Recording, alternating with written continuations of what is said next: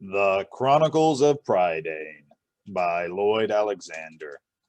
Book 3. The Castle of Lear. Chapter 11. King of the Stones. Gurgi flung himself to the ground, covered his head with his hands, and whimpered piteously. The creature threw a long, spindly leg over the ledge and began slowly drawing himself upright. He was more than thrice as tall as Taran, and his flabby arms dangled below a pair of knobby, moss-covered knees. With a lopsided gait, he shambled toward the companions. "Glue!" Taran gasped. "But I was sure—" "It can't be," whispered Fluider. "Impossible! Not little Glue! Or if it is, I certainly got the wrong impression of him!" "Tremble!" the quavering voice cried again. "You shall tremble!" "Great melon!" muttered the bard, who was indeed shaking so much he had almost dropped his blade. "I don't need to be told." The giant bent, shaded his wide eyes against the light of the bauble, and peered at the companions. "Are you really trembling?" he asked in an anxious voice. "You're not doing it just to be obliging." Gurgi, meantime, had ventured to lift his hands from his face, but the sight of the creature towering above him made him clap them back again and set him to wailing louder than ever.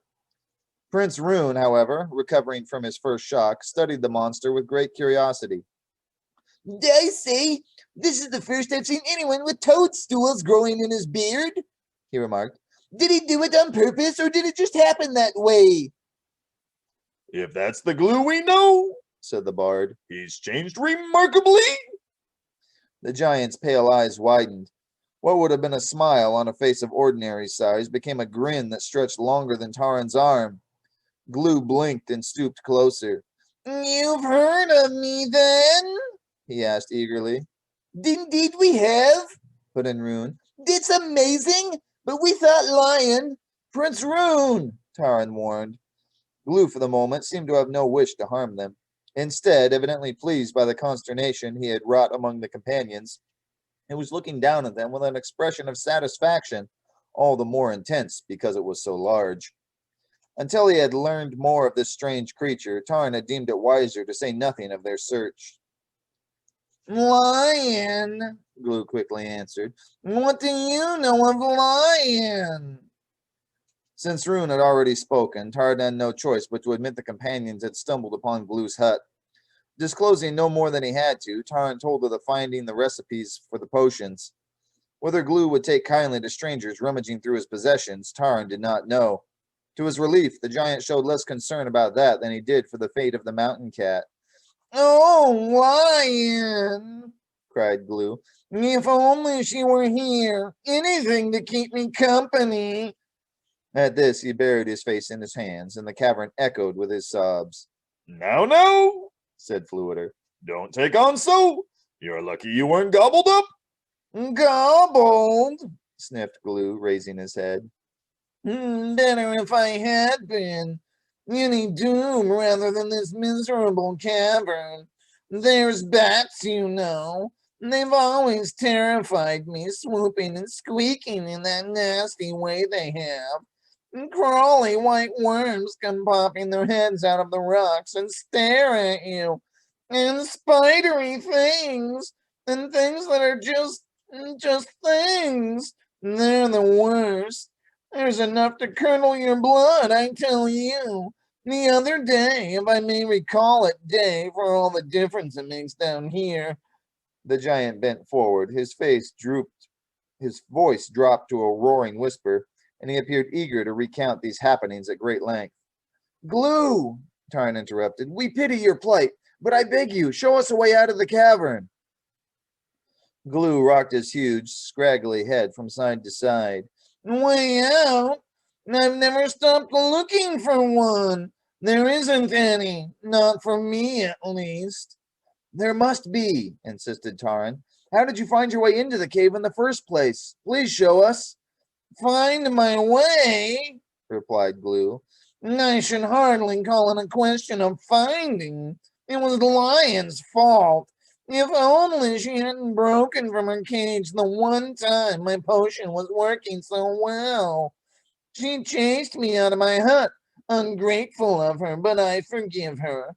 I still had the flask in my hand. Oh, how I wish I'd thrown the wretched potion away. I ran as fast as I could, with Lion after me.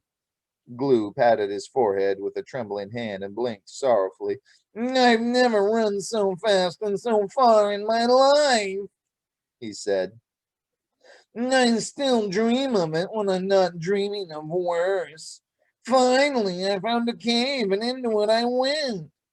I hadn't a moment to spare, continued Glue, sighing heavily. I swallowed the potion. Now that I've had time to think it over, I realize I shouldn't have. But it had made Lion so much bigger, I thought it would do the same for me, so I might have some chance against her. And so it did, he added. In fact, it worked so quickly I nearly broke my crown on the ceiling of the cave. And then I kept on growing. I had to squeeze along as fast as I could, going farther and farther downward and always looking for bigger chambers until I ended up here. By then, alas, no passage was wide enough to let me out. I've thought a great deal about it since that unhappy day. I often look back on it, Glue went on. He half closed his eyes and peered into the distance, lost in his own recollection. I wonder now, he murmured. I wonder now if... Fluider, Tarn whispered in the bard's ear. Is there no way we can make him stop talking and show us one of the passages? Or should we try to slip by him and find it ourselves? I don't know, answered Fluider. From all of the giants I've seen. Yes, well, the truth of it is, I've never seen one myself, though I've heard enough of them. Glue seems rather, how shall I say it, small? I don't know if I'm making myself clear, but he was a feeble little fellow to begin with, and now he's a feeble little giant, and very likely a coward. I'm sure we could fight him if we could reach him. Our biggest risk would be getting stepped on and squashed. I'm truly sorry for him, Tarn began, but I don't know how we can help him, and we dare not delay our search. You're not listening, cried Glue, who had been talking on at some length before realizing he was talking mainly to himself. Yes, it's the same thing all over again, he sobbed. Even if I'm a giant, no one pays me any mind. No, I can tell you, there are giants that would crack your bones and squeeze you until your eyes popped. You'd listen to them, you can be sure, but not Glue. Oh, it makes no difference about him, giant or no. Glue the giant, mewed up in a wretched cave and used to care. Who's even to see? Now look here, answered Fluider with some impatience, for the giant had begun to sob and splash the companions with tears. You've only yourself to blame if you put yourself into a stew. You meddled, and as I've said time and again, it leads to sad results. I didn't want to be a giant, protested Glue. Not at first, anyway. I thought once I should be a famous warrior.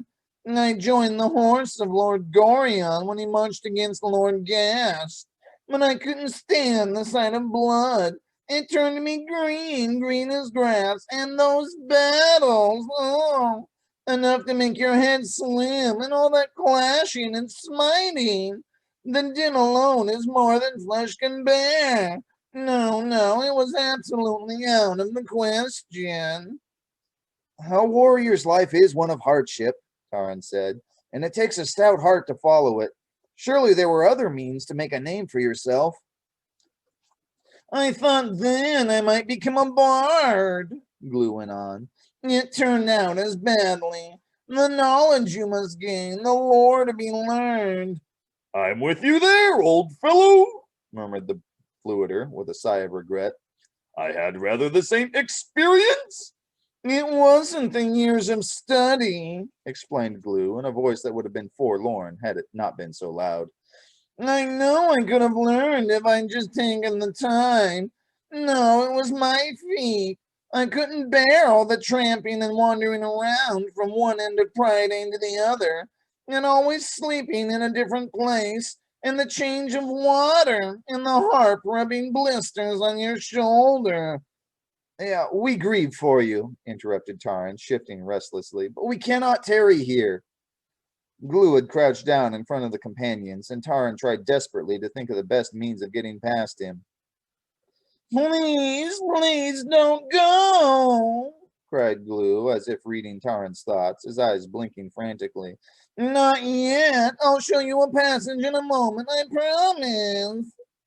Yes, yes, shouted Gurgi, at last able to bring himself to open his eyes and clamber to his feet. Gurgi does not like caverns, and his port underhead is filled with soundings and poundings. It was then I decided to become a hero, Glue eagerly went on, ignoring the impatience of the companions. To go about slaying dragons and such, but you can't imagine how difficult it is. Why, even finding a dragon is almost impossible, but I discovered one in Cantrip Mar. It was a small dragon, admitted Glue, about the size of a weasel. The cottagers had it pinned up in a rabbit hutch, and the children used to go and look at it when they'd nothing else to do. But it was a dragon, nevertheless. I would have slain it, he added with a huge rattling sigh. I tried, but the vicious thing bit me. I still carry the marks. Taran tightened his grip on his sword. Glue, he said firmly, I beg you once again to show us the passage. If you will not, then I thought I might become a king, Glue said hurriedly before Taran could finish. I thought if I could win a princess, but no, they turned me away at the castle gate. What else could I do? Moaned Glue, shaking his head miserably. What was left for me but to try enchantments? At last I came upon a wizard who claimed to have a book of spells in his possession. He wouldn't tell me how it had fallen into his hands, but he assured me the magic it held was most powerful. It had once belonged to the house of Lear. Taran caught his breath at these words. Eilonwe is a princess of the house of Lear, he whispered to the bard. What tale is Glue telling us? Is he speaking the truth? It had come, Glue went on, from Caer itself. Naturally, Glue, tell me quickly, Taran cried. What of Caer What has it to do with the house of Lear? Why, everything, replied Glue, as though surprised at Taran's asking. Caer is the ancient seat of the house of Lear. I should think everyone would know that. A very treasure house of charms and enchantments. Oh my, yes. So as I was saying, naturally, I believed I had at last found something to help me. The wizard was eager to be rid of the book, as eager as I was to have it. Taran's hands had suddenly begun to tremble. Where is Caer he asked. How can we find it? Find it? Said Gloom. I don't know if there's much left of it to find. They say the castle has been in ruins for years. Bewitched, too, if you might expect. And you should have some hard rowing to do. Rowing over land? Asked Fluider. Don't ask us to believe that. Rowing, repeated Glue, nodding sorrowfully. Long ago, Caer was part of Mona, but it broke from the mainland during a flood. Now it's no more than a speck of island. Be that as it may, Glue went on. I took all the little treasure I had managed to save. Where is the island? Taran pressed. Glue, you must tell us. It is important for us to know. At the mouth of the Allah, replied Glue, with a certain vexation at being interrupted once more. But that has nothing to do with what happened to me.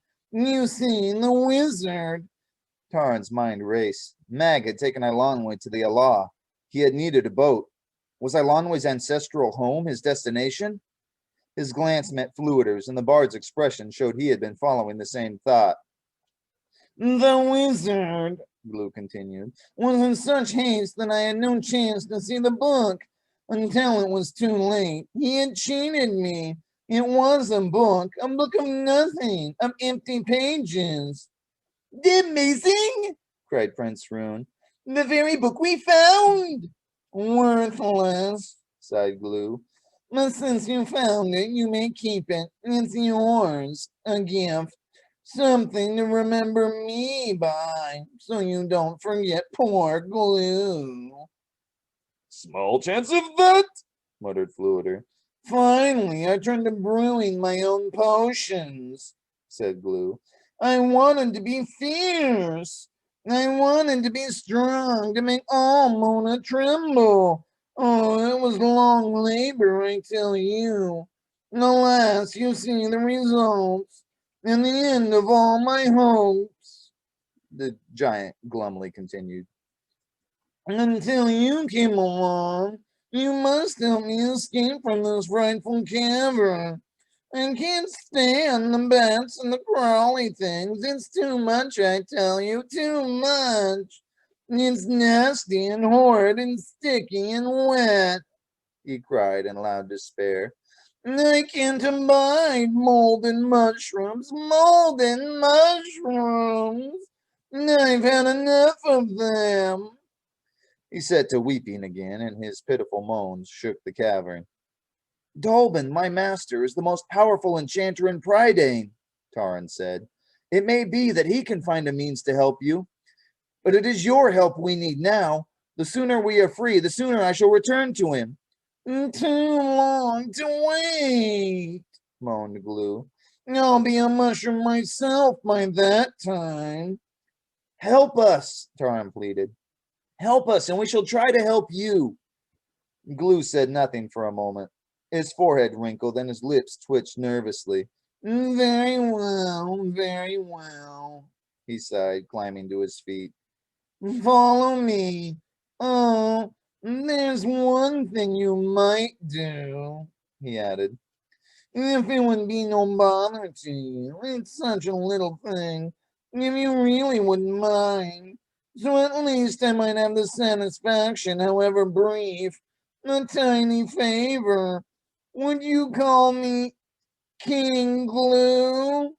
Great villain! Shouted Fluider. I'll call you king, prince, or whatever you choose. Only show us the way out of here, sire! Glue's spirits seemed to lift as he shambled toward the dim reaches of the cavern. The companions scrambled down the ledge and hastened to keep up with his huge strides. Glue, having spoken to no one since his confinement, never left off talking. He had, he explained, tried to brew new potions, this time to make himself smaller. In one of the chambers, he had even set up a kind of workshop where a bubbling pool of steaming hot water served to boil his concoctions. Glue's cleverness in devising makeshift pestles and mortars, cookpots and basins from painstakingly hollowed out stones surprised Taran and filled him with a pitying admiration for the desperate giant. But his mind turned over and over on itself, seeking an understanding that escaped him like a will-o'-the-wisp each time he drew close to it. He was certain the answer lay in the ruined halls of Llyr, and certain the companions would find Eilonwy there. Impatient to be gone, he ran forward as Glue halted at a chimney-like shaft of rock. Close to the ground, the dark mouth of a tunnel opened. Farewell, sniffed Glue, pointing sorrowfully at the tunnel. Go straight on, and you shall find your way. You have my word, Taran said, while Gurgi, Fluider, and Prince Rune crawled into the opening. If it is in Dolben's power, he will help you. Clutching the bauble, Taran bent and thrust his way past the jagged arch. Bats rose in a shrieking cloud. He heard Gurgi cry out in fear and raced ahead. Next moment, he collided with a wall of stone and fell back on his heels while the bauble slipped from his grasp and dropped among the pebbles on the uneven ground. With a shout, Taran spun to see a massive rock pushed into the opening and flung himself toward it. Glue had sealed the passage.